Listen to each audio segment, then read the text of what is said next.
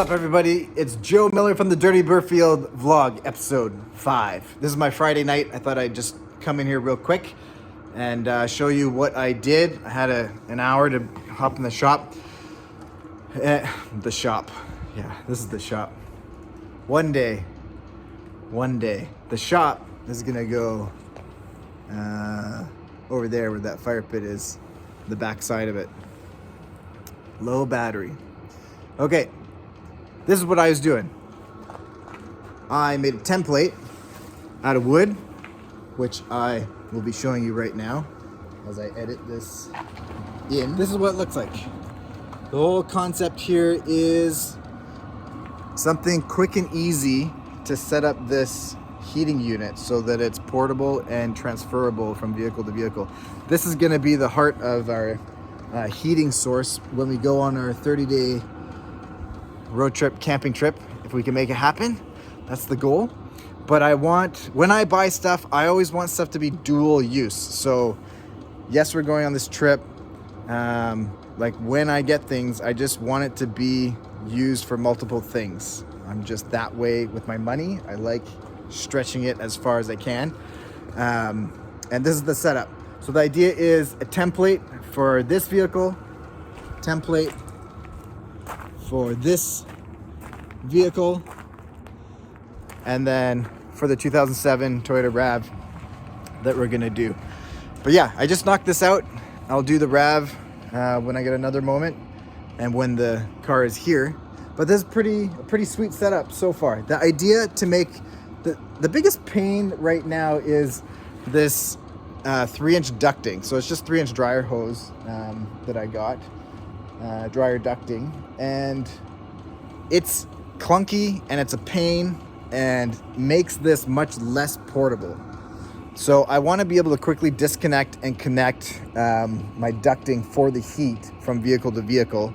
And the solution for that is going to be some RV sewer pipe. They have these swivel heads to them. And so I've ordered those, and I think they will handle the heat. That's what I'm going to test. I don't want to blow melted plastic all over me and my family, so that's why I'm getting that to test. But that would be awesome. I'm not going to use the sewer line because I do believe that would just totally melt.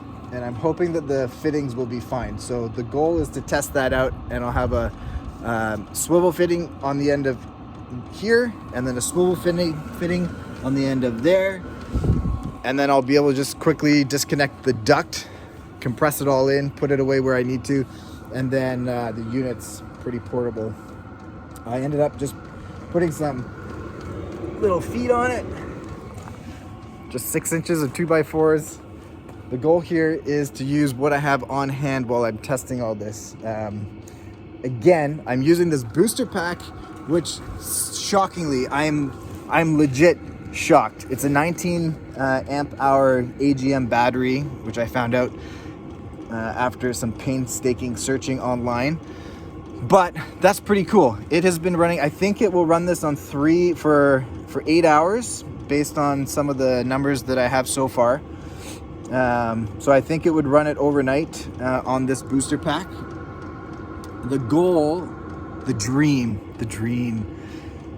is to get like a 10 amp hour lithium iron phosphate battery, because that should run it about the same or longer actually than this booster pack, and be like, I think I looked up online, I think they're like 2.5 inches by 3 inches by 6 inches. Like, they're tiny and they pack a punch. And then I also got, speaking of batteries, when I was away for a while, not really online, and logged into my Amazon affiliate account, I had a decent chunk of change in there thanks to you all. So I ended up getting one of these, a Renogy DC to DC 20 amp battery charger, because that is what I'm going to wire into the RAV. And I'm going to make everything quick disconnect and quick connect so that I can also transfer it between vehicles.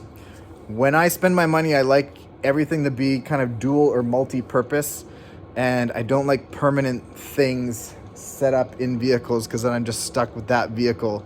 And the idea here is, you know, if I go camping with, you know, just one of my kids or two of my kids in this and have a bed in the back, then I can run all this off this system. Or if I go out solo in my truck, I can get set up with that, and I can transfer between all the systems or all the cars. I also got this. Oh yeah, squirrel, sidetracked.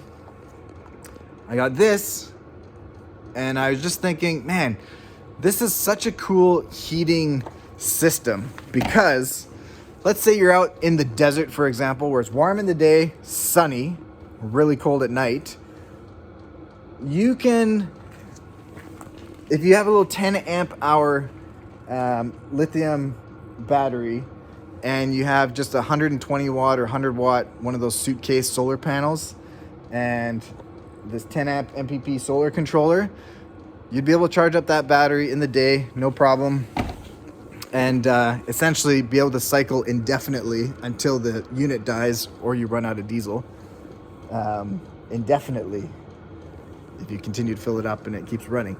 Just on solar in the day, and then have your heat for eight hours at night. Like that, having that in a portable unit, like that is, I nerd out on that kind of stuff.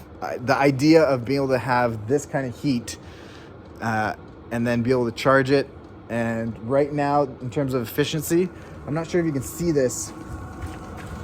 I don't know if you can see that line very well. Like that's where the diesel is. I have run this for 6.5 hours plus. I think it's been going for half an hour now. I've run it for 7 hours, and that's on mostly heat level setting 3, whatever that is. But that's what I need to stay like t-shirt warm in the Suburban. A quarter tank on 7 hours. That's what I have logged in so far. So a quarter tank of diesel, which was not expensive. It's a 5-liter tank, and it's run for 7 hours. So if I can get 48 hours of heat out of it, out of a tank, that's pretty wild. Anyways, that's my Friday night. That's what I'm doing. Snuck out here to get this done before the family comes back. They're out for a bit, and knock this out. It really didn't take me that long at all. I'm very excited to get these swivel fittings to see if those work. And yeah, we're getting there. Slowly but surely, just kind of ticking away, making sure I have systems set up that will work for our road trip. I am worried about how big this is. It takes up a lot of space, but it's so nice. Like the heat is really, really nice. Oh, I should show you inside also,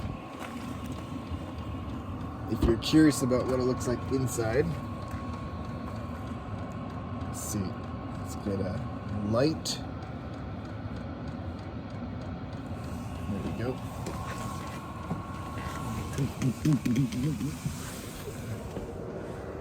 Can you see that? Ah! There you go.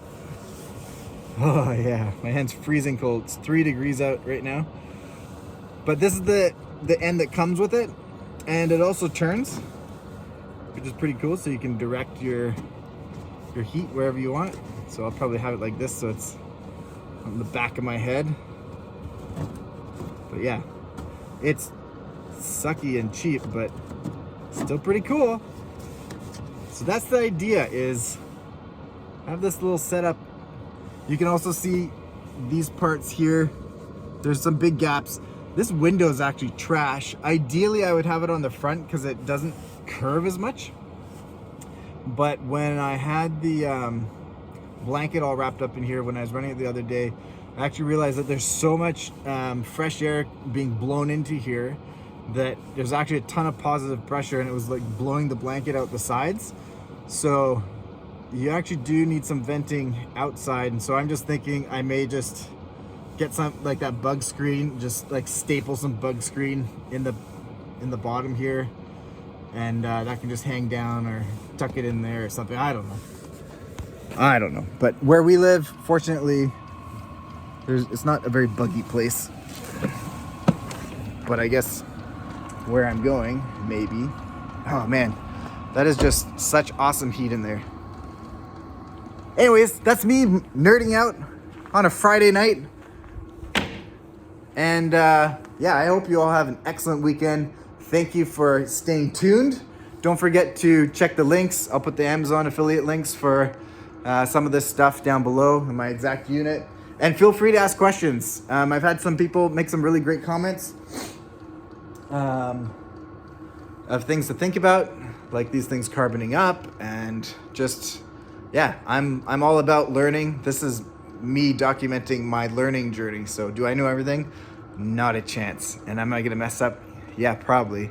The goal is just not to kill myself and my family and have some fun and learn a lot. Anyways, have a great Friday night. Awkward ending. Peace.